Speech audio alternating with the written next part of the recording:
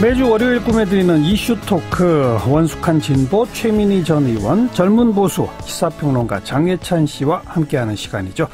오늘은 이 지방선거가 정확히 100일 앞으로 다가왔네요. 그래서 이번 선거 최대 이슈는 과연 뭐가 될 것인지 두 분의 이야기를 좀 들어보겠습니다. 최민희 전 의원, 또 장예찬 씨 어서 오십시오. 안녕하세요. 안녕하세요. 네, 이번 선거 100일 앞으로 다가왔는데 이번에는 후보들 결정이 좀 늦춰질 거라면서요? 전체적으로? 네, 그럴 것 같습니다. 왜 그래요? 특히 자유한국당 같은 경우 후보 선정이 늦어지는 이유는 다른 이유라기보다는 후보 풀이 현재 여당에 비해서 좀 많이 부족하지 않나. 바른미래당과 이렇게 갈리지 않았습니까? 그런 점에서 오는 것도 있고 평소라면 예를 들어 서울시장을 했을 때 정말 많은 중량감 있는 인사들이 서울시장 후보가 되기 위해서 이미 치열한 마크 선거전을 펼쳐야 합니다만 지금 특히 원내 국회의원들 같은 경우는 자유한국당 내에서 서울시장 후보군으로 거론되는 걸 되게 꺼려하고 있습니다. 꺼려한다. 십자가를 지고 나갔다가 질 확률이 높다고 보고 있기 때문에 유력한 후보로 점쳐놨던 홍정욱 헤럴드 대표 같은 경우도 고사하는 발언을 하기도 했었고요. 일찌감치 안 하겠다고 했죠. 아직 설득의 여지는 남아있다고 하는데 아무튼 될 가능성보다는 안 될 가능성이 크다. 패색에 짙은 선거라고 보수 야당 안에서 좀 패배주의의 그늘이 드리운 것 같아요. 그래서 후보 선정 작업도 조금 느려지는 감이 있는 것 같습니다. 더불어민주당은 왜 늦어지고 있어요? 일단 지금으로서는 늦어졌다고 보긴 어려운데 이제 앞으로의 일정을 짜는 데 있어서 워낙 국가적인 이슈가 많이 있잖아요. 그리고 남북 관계도 있고 그다음에 지금이 패럴림픽 기간이거든요. 그리고 평창이 성공적으로 끝나서 좀 잊은 면이 있는데 평창 올림픽을 성공하는 데 에너지를 다들 너무 많이 쓰신 것 같아요. 그래서 그런 국가적인 이슈에 묻혀서 도지사 후보들은 열심히 뛰는데 국민들의 관심도 상대적으로 적고요. 그렇죠. 언론도 보도를 별로 안 하고. 언론 보도할 게 많다 보니까. 네, 그렇게 돼서 일단 선거 분위기 자체가 형성되지 않고 있는데 이제 여당의 경우는 너무 일찍 후보를 결정했을 경우 이제 막판에 어떤 변수가 발생할지 모르기 때문에 이제 늘 공천이라는 건 여야가 이렇게 서로를 봐가면서 탐색도 하고 눈치 보면서 그런 거거든요. 그리고 이제 우리가 강금실 전 장관이 나섰던 서울시장 선거 같은 경우도 그때 윤여준 당시에는 이제 한나라당 일하실 때 강금실을 저렇게 쓰냐라는 말을 들었어요. 그 후보 선정 과정이 후보를 극대화시켜서 효율적으로 알리지 못했다. 이런 얘기를 들은 것도 너무 일찍 안 좋은 과정을 거쳐서 했기 때문에 그게 패인으로 꼽혔거든요. 강금실 전 장관이 일찍 뜨니까 상대편에서 오세훈 전 시장을 맞상대로 뒤늦게 세워가지고 분위기가 역전된 그런 상황이었었죠, 그때가. 지금 자유한국당도 그때와 비슷하게 지금 밀리는 상황이라고 판단하고 있기 때문에 맞춤형 후보 깜짝 공천을 해야만 그나마 승산이 있지 않겠나 하는 분위기가 당내에서 감돌고 있는 것 같습니다. 그럼 자유한국당은 더불어민주당 후보들이 다 윤곽 드러낸 후에 정하겠다 이거겠네요. 그렇게 단언할 수는 없지만 좀 보고 패를 내고 싶어하는 분위기가 있는 것 같고요. 또 하나 자유한국당의 분위기를 보면 이른바 친문 후보들과 붙는 걸 좀 부담스러워하는 것 같아요. 문재인 대통령 인기가 상당히 높기 때문에 예를 들어 가장 관심을 모은 선거가 경기도지사와 서울시장 선거 아니겠습니까? 그런데 대중적 인지도나 현재 여론조사로 보면 이재명 성남시장이나 박원순 현 서울시장이 훨씬 더 유리하고 버거운 상대일 수 있습니다. 그러나 이 두 사람 다 친문으로 분류되는 후보는 아니지 않습니까? 그렇죠. 오히려 자유한국당에서는 지금 여론조사 결과 인지도가 이재명 시장이나 박원순 시장이 높다 하더라도 차라리 이들 후보들과 붙었을 때 좀 선명하게 각을 세우면서 가능성이 생길 것 같다라는 분석을 당내에서 하고 있고요. 반면 친문으로 거론되는 예를 들면 경기도의 전해철 의원 같은 경우가 최종 후보가 되면 이게 문재인 대통령의 인기를 가지고 하는 선거가 돼버리면 한국당 입장에서는 정말 많이 불리하다. 그렇기 때문에 지금 여론조사로서는 1등이라 하더라도 이 비문 계열의 후보들과 붙고 싶어하는 기류가 좀 있는 것 같습니다. 아무튼 이런저런 이유로 지금 지방선거 100일 전 그러는데 아마 청취자분들이 진짜 100일 전인가? 이렇게 생각하실 것 같아서 지금의 분위기를 제가 정리해 드린 거고 제 예상으로는 4월 말 정도쯤 가야 국민 대중적으로 이제 선거가 좀 다가오는구나라는 인식이 좀 생기지 않을까. 이번 선거 좀 그렇다는 생각이 들고요. 네. 그렇지만 어쨌든 정치권은 바쁩니다. 굉장히 바쁩니다. 가까이 계신 분들이니까 이번 선거의 최대 쟁점이랄까? 보통 선거, 전국 단위 선거는 뭔가 하나가 이렇게 딱 잡히잖아요. 뭐가 될 거라고 보세요? 자유스럽게 한번 얘기해 보세요. 최민희 전 의원은. 보통의 경우는 정권 1년 차잖아요. 그러면 정권 1년 차에 일을 잘했냐? 요걸 평가하려고 할 텐데 이번엔 좀 다를 것 같습니다. 중간 평가해야 하는데? 예, 저는 아니다? 이번에는 오히려 아까 말씀드렸듯이 이게 국가적으로 해결해야 될 중요한 이슈가 많은데 국회 때문에 이게 될 일이 제대로 안 되고 있다. 그래서 국회에 대한 불신이 굉장히 높아져 있습니다. 예. 그래서 오히려 저는 그러니까 남북관계나 적폐청산, 국가적 이슈를 해결하도록 문재인 대통령에게 힘을 실어주는 선거로 될 가능성이 높다. 그리고 거꾸로 야당 심판 혹은 국회 심판론이 이게 대두될 가능성이 있다. 이렇게 국회의원 봅니다. 선거가 아닌데도 그렇게 될 가능성이 크고 이거는 이미 2014년 세월호 이슈 가지고 선거를 치를 때 박근혜 대통령이 말하자면 야당이 압승해야 될 선거거든요. 그때는 안전 이슈로 치러야 될 선거인데 그때가 야당 심판론. 이 작동해서 겨우 이제 5대5 정도 되었었거든요. 근데 이번에는 문재인 대통령이 큰 실수 없이 잘 하고 있음에도 불구하고 네. 야당의 흔들기가 색깔론을 중심으로 너무 심하다는 인식이 아주 그 60, 70대 어르신을 제외하고는 팽배해 있는 그런 상황입니다. 좋습니다. 네. 최민희 전 의원의 혹시 소망사항은 아닌가요? 아무튼 야당 심판론 국회 심판론이 이번 선거의 중요 쟁점이 문재인 힘 실어주기. 장해찬 씨는 어떻게? 저는 뭐 전망이라기보다는 이번 지방선거 주요 이슈 두 가지를 따지자면 역시 북한 문제 그리고 경제 민생 문제가 있을 텐데요. 이 보수당이 자유한국당에 제가 조언을 하고 싶은 것은 북한은 기본적으로 통제가 불가능한 변수입니다. 오늘 뭐 대북 특사가 갔고 이후에 북미 대화나 뭐 비핵화 관련한 의제들이 어떻게 전개될지 모르겠지만 좋을 수도 있고 나쁠 수도 있는 문제인데 자유한국당이 지금 지방선거를 앞두고 여기에 100% 올인을 하고 있는 네. 것 같아서 참 우려스럽다는 일각의 의견들이 계속해서 제기되고 있고요. 그렇기 네. 때문에 자유한국당은 이번 선거를 반드시 이제 집권 1년차 경제선거, 민생선거로 가야만 하는 것인데 최저임금의 급격한 인상으로 인해서 뭐 자영업자들 힘들어하는 부분들이나 물가까지 많이 임금 인상이 되면서 물가가 인상되면서 특히 생활 물가가 많이 인상됐다는 지적들이 나오고 있습니다. 이런 부분이 있고 제가 또 하나 꼭 지적하고 싶은 건 역대 선거에서 이 부동산 시장의 영향력이 상당히 막강했었습니다. 돌아보면. 그런데 이번에 2월 같은 경우 이제 서울 집값이 0.94포인트 오르면서 이제 2009년 이후 근 10년 만에 최대로 상승하고 있고요. 김현미 국토부 장관이 다양한 뭐 대책을 내놓고 있지만 그럴 때마다 오히려 강남 집값만 띄워주기 아니냐. 강남과 비강남 사이의 양극화가 너무 심하다. 이 문제를 지금 민주당의 서울시장 후보들마저도 거론하고 있는 상황이거든요. 그렇죠. 그런데 이 문재인 정부의 고위공직자 중에 대표적으로 김상곤 뭐 교육부 장관이라던가 아니면 장하성 정책실장 같은 경우 정부 수립 이후 실거래가 기준으로 본인들 아파트가 지금 5억이 넘게 올랐습니다. 실거래가 기준으로. 그리고 정말 많은 제가 여기 리스트를 갖고 왔지만 정말 많은 분들이 강남에 참 10억 넘는 아파트에 많이 사시는 것 같아요.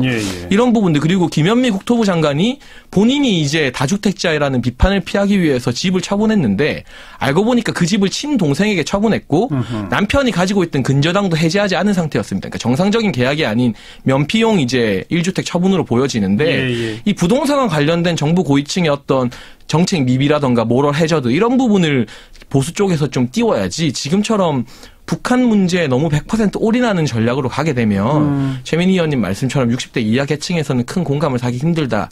그래서 지방선거 이주를 반드시 경제, 1년차의 경제 능력을 심판하는 이슈로만 몰고 가야 그나마 승산이 있지 않겠나 하는 조언을 드리고 싶습니다. 조언을 드리는 현재 그렇게 만들어지고 있지는 않다는 그렇죠. 거죠. 그런 점이? 현상은 있는데 자유한국당의 홍보나 이런 상황들을 보면 그 부분에 대해서 관심이 없는 건지 대응 능력이 없는 건지 그 부분을 부각을 좀 못 시키는 것 같아요. 저 주장에 대해서 어떻게 생각하시는지 또 최민희 전 의원이 말한 야당 심판, 국회 심판론에 대해서는 어떻게 생각하시는지 이제 한마디씩 해보세요. 네, 우선 북풍은 지속적으로 약화되어 왔잖아요. 이게 2010년 천안함 때도 이제 MB가 북풍으로 선거를 치르려고 하였으나 그때 이슈는 무상급식 등 복지였습니다.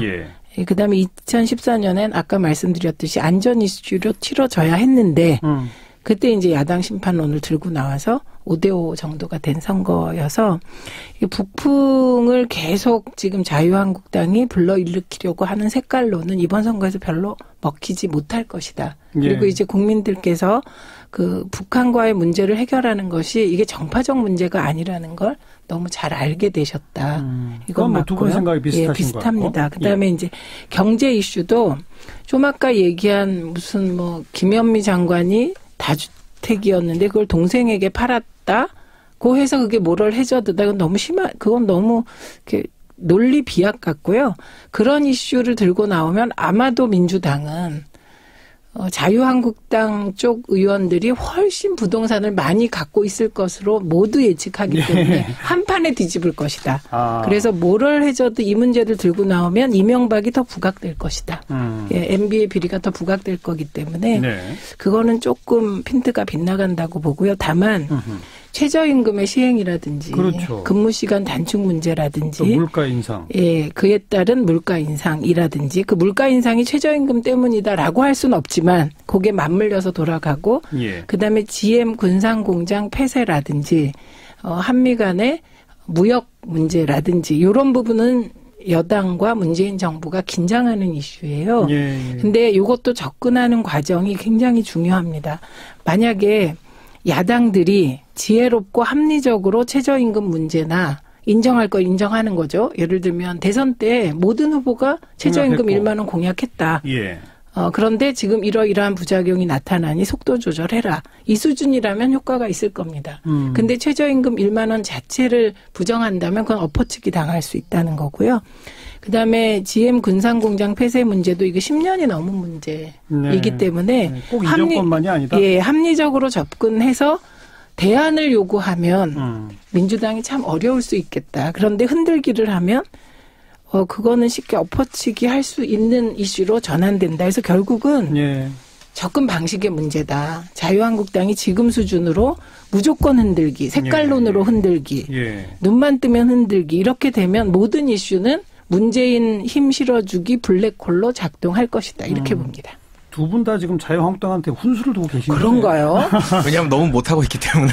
장해찬 씨는 그 야당 심판론, 국회 심판론을 어떻게 생각하세요? 뭐 야당 심판, 국회 심판이 사실은 모르겠습니다. 국민들이 어떻게 받아들여질지는 모르겠습니다만 지금 원내 의석은 뭐 이번에 지방선거에서 국회의원들이 뭐 출마하고 이렇게 되면 1, 2당 재보궐선거에 따라 1당, 2당 바뀔 수도 있다고는 하는데 사실 이 정부에서 의석수만큼 야당 눈치를 저는 전혀 안 보고 있다는 느낌을 받고 있거든요. 야당이 계속해서 뭐 생떼 잡고 발목 잡고 생떼 쓰기를 한다는 의견도 있고 뭐 야당으로서 역할이라는 의견도 있지만 기본적으로 이 의석수는 비등비등한 상황인데 그에 비해 야당이 정부를 제대로 견제하고 있는가 그 부분에 대해서 많은 보수적인 지지자들 사이에서는 의석수만큼 일을 제대로 못하고 있다 이런 여론도 나오고 있기 때문에 그래서 김성태 원내대표 같은 경우는 취임 일성이 강한 야당 뭐 투쟁하는 야당이 되겠다였습니다. 그러나 그 이후로도 말은 세게 나가지만 그리고 언론의 어떤 강한 멘트들이 부각은 되고 있지만 실제 뭐 예산안 처리 같은 경우도 이거는 김성태 원내 이전의 문제였습니다만 정부에서 원하는 부분이 많이 반영이 되어서 그 후폭풍이 굉장하기도 했었고요. 보수 세력 안에서. 그리고 이번에 근로시간 단축 문제 같은 경우도 환노위에서 뭐 타결이 된 것을 가지고 또 보수당 안에서 지지자들 사이에서는 뭐 하는 거냐, 왜 이렇게 끌려가기만 하는 거냐는 의견이 많았습니다. 그래서 이 부분은 국민들이 전체로 봤을 때 야당 심판론에 동의한다고 저는 생각하기는 힘들고 선거 지형 자체가 야당에게 굉장히 불리한 지형이긴 하지만 여당 지지자분 입장에서는 야당을 심판해야겠지만 야당 지지자분들 입장에서는 정말 제대로 견제할 수 있는 힘을 이번 지방선거에서 마저 실어주지 못하면 그러면 정말 앞으로 남은 3, 4년 더 이것보다 더 끌려갈 수 있다. 그러니까 마음에 안 들어도 믿업지 못해도 힘을 좀 실어줘서 최소한의 견제력은 갖춰줘야 한다는 위기의식도 저는 조금은 보수적인 분들 사이에서는 고취되고 있다고 보고 있습니다. 네, 그럼 그게 접점이 되겠네요. 여당 입장에서 볼 때는 지금 문재인 대통령이 일을 열심히 잘하려고 하는데 계속 발목 잡는 야당과 국회 이거 심판해야 합니다라고 목소리를 높일 것이고 야당 입장에서는 문재인 독주를 막기 위해서 어느 정도라도 견제력을 좀 우리한테 부여해달라. 뭐 두 목소리가 충돌하겠군요. 결과적으로는. 충돌을 할 텐데요. 어디가 우세할 거냐. 그거죠. 예, 그런 얘기를 제가 드리는 거고 지금 얘기하신 국회에서 여야가 협상에 의해서 노동시간을 단축했다. 이 부분에 대해서 반대의 목소리를 크게 낸다. 이건 저는 15%, 탄핵에 반대했던 14%의 여론이라고 생각합니다. 노동시간 단축에 대해서는 심지어 보수적인 매체에서도 그게 가야 될 방향이다를 분명히 전제하거든요. 예. 네, 그래서 그거는 판단이 조금 다른 것 같고요. 예를 들면 이런 얘기입니다. 이게 무능한 야당이 발목 잡기만 한다. 이게 이제 지금 많은, 제가 보기에는 과반 정도 국민들의 인식으로 보여요. 예. 왜냐하면 오늘 발표된 한 여론조사에 따르면 민주당이 다시 50%를 넘어섰거든요. 정당 지지도가? 정당 지지도가 50%를 넘어섰고, 이게 뭐 자유한국당은 20% 넘었다가 다시 20% 밑으로 떨어진 이런 상황이거든요. 그러니까 지금 잇따라 화재가 발생했습니다. 기초자치단체에서 화재가 발생한 거예요. 그런데 이게 지난 그 예산안 타결 과정에서 민주당과 문재인 정부가 안전공무원 충원만은 꼭 해달라고 굉장히 부탁을 드렸는데 네네. 안전공무원을 뭐 대폭 깎아버렸거든요. 그랬죠. 예, 그래서 소방직 충원권 문제가 있었기 때문에 소방 예산을 이제 자유한국당이 너무 많이 잘랐고 그 과정에서 설화도 빚었고 그래서 이 제천 화재나 밀양 화재에 대해서 아무리 자유한국당에서 문재인 책임론을 들고 나와도 안 먹힌 겁니다. 그리고 오히려 당신들이 예산 깎지 않았냐. 당신들이 소방직 충원 안 해줘서 이거 제대로 못하지 않았냐. 역공당하겠군요. 그건 야당이. 예, 그래서 제가 말씀드리는 심판론은 이제는 그렇게 붕 뜬 심판론. 그러니까 과거에 박근혜 대통령 때 2014년에 세월호를 가지고 야당 심판론. 뭐 세월호 피로감 이거 했을 때는 그게 왜 먹혔냐면 그때는 제도 언론, 방송까지 전부 장악된 상태였습니다. 근데 이제 다 아시다시피 지금 제도 언론이 여론을 좌지우지할 수 없는 시대가 되었거든요. 오고 있죠, 이미. 네, 그래서 구체적인 내용을 시민들께서 너무 잘 아시기 때문에 이런 세세한 경험으로 인해서 야당 심판론이 작동할 수 있다 이렇게 봅니다. 네. 저는 해주신 말씀 중에서 예를 들면 근로시간 단축이나 예산안 합의에 반대하는 분들이 탄핵에 반대하는 15%라는 의견에는 조금 간략하게 첨언을 하고 싶은 게 사실 탄핵에 반대하는 그러니까 지금까지도 박근혜 대통령을 추종하는 분들은 이 보수의 스펙트럼 안에서도 이제 안보 보수라고 할 수 있습니다. 그러나 이런 예산안이나 근로시간 단축 문제, 경제 이슈에 민감하게 반응하는 분들은 이제 시장 보수라고 할 수 있는데 그동안 자유한국당이 안보 보수 위주의 정당이었고 지금도 그러합니다. 그러나 이 박근혜 대통령 탄핵 이후 이 시장 보수들의 목소리가 조금씩 커지고 있고 이 사람들이 자유한국당 보수 세력을 새롭게 이끌 주역으로 돼야 한다는 위기의식을 느끼고 있기 때문에 그런 것들을 반대한다고 해서 꼭 이 탄핵과 결을 같이 하는 그런 15%는 아니라는 말씀을 드리고 싶고요.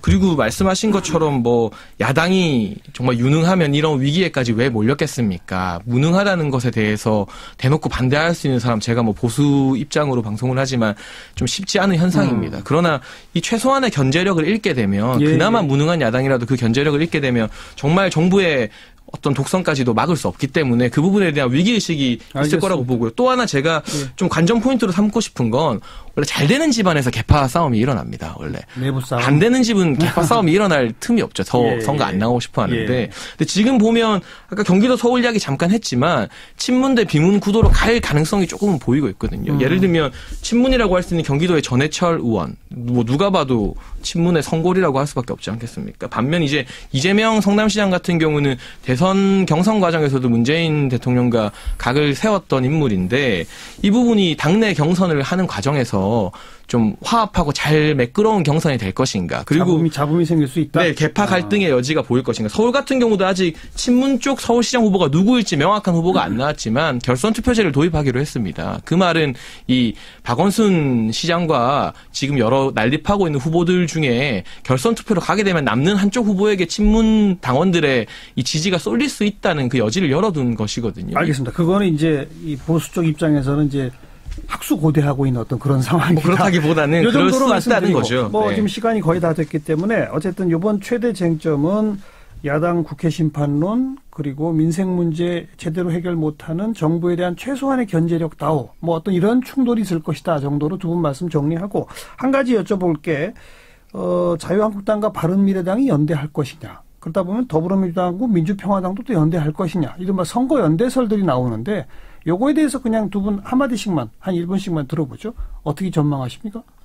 일단 개파 갈등이 경선 잡음으로까지 갈 것 같지 않습니다. 왜냐하면 그러기에는 문재인 대통령이 너무 잘하고 계시기 때문에. 예. 그다음에 그 복잡한 얘기이기 때문에 저는 자유한국당과 바른미래당이 인위적으로 연대를 하려고 하면 오히려 역풍을 맞을 테고 그다음에 서울시장을 예를 들면 안철수 대표가 하고 경기도지사를 남경필 지사가 한다는 가설이 나오는데 그럴 경우 사실은 남경필 지사도 바미당이잖아요. 갔다가 돌아온 거잖아요. 그러니까 그렇죠. 그 자유한국당에 계속 있었던 게 아니잖아요. 그럼 결국 자유한국당의 핵심들 입장에서 보면 서울시장 후보도 내주고 경기도지사도 확실한 로열티가 없는 후보를 내는 겁니다. 그리고 서울시장 후보를 못 내는 제1야당 그 존재감이 거의 없어질 것 같고 그게 된다면 그건 지방선거 이후에 통합에 대한 뭔가가 있지 않고는 어렵다. 제1야당이 서울시장 후보를 양보하는 건 일어나지 않을 것 같습니다. 제 예측으로는. 더불어민주당하고 민주평화당의 연대는 어떻게 생각하세요? 지금 오늘 여론조사나 보면 이게 연대해서 이길 수 있을 때 이제 후보들이 연대하는데 바미당하고 자유한국당이 연대해도 별로 이길 가능성이 지금은 없습니다. 그래서 전 그 연대도 별로 뭐 그렇게 실현 가능성이 크지 않다고 보고 마찬가지로 이제 민주평화당하고 더불어민주당이 연대하는 경우의 수도 굳이 그럴 이유가 없다 지금. 예, 예를 들면 민주평화당하고만 연대하면 국정이 술술 잘 굴러간다. 저는 그렇게 수적 공학으로 국회가 잘 굴러갈 것 같지 않습니다. 예. 뭐 저 간단히 정리하면 민주평화당 먼저 이야기하면 더불어민주당 입장에서는 민주평화당 없어도 이길 수 있는 선거라고 생각하실 것 같기 때문에 그 연대가 오히려 더 실현 가능성 낮을 것 같고요. 자유한국당, 바른미래당 최소한 광역단체장 레벨에서는 반드시 선거 단일화를 통한 연대를 해야만 하는데 지금 하태경 바른미래당 최고위원 같은 경우 절대 하지 않겠다고 강경한 말을 합니다만 지도부의 멘트는 조금씩 결이 다릅니다. 만약에 단일화 연대를 하지 않아서 광역단체장을 다 빼앗기는 결과가 나오게 되면 이 연대에 반대했던 사람들이 미래의 보수 진영의 심판을 받고 그 책임으로부터 자유로울 수 없을 것이기 때문에 인위적으로 짬짬이는 아니더라도 객관적이고 공정한 선거, 단일화 선거를 통한 광역단체장 연대는 정말 필수라고 보고 있습니다. 그래서 연대를 추동하는 힘은 계속 보수 진영 내에 살아있을 가면 갈수록 더 커질 수밖에 없을 거라고 봅니다. 자, 여기서는 최민희 전 의원과 좀 판단이 다르시네요. 좋습니다. 오늘 지방선거 100일 앞두고 최대 쟁점은 무엇이 될지 또 어떻게 전망하는지 이야기를 좀 들어봤는데요. 현 시점에서는 아무튼 야당이 굉장히 불리하고 어려운 상황이다. 두 분의 목소리에서도 그게 다 드러나는군요. 여기까지 합시다. 최민희 전 의원 그리고 장해찬 씨 수고하셨습니다. 감사합니다. 네, 감사합니다.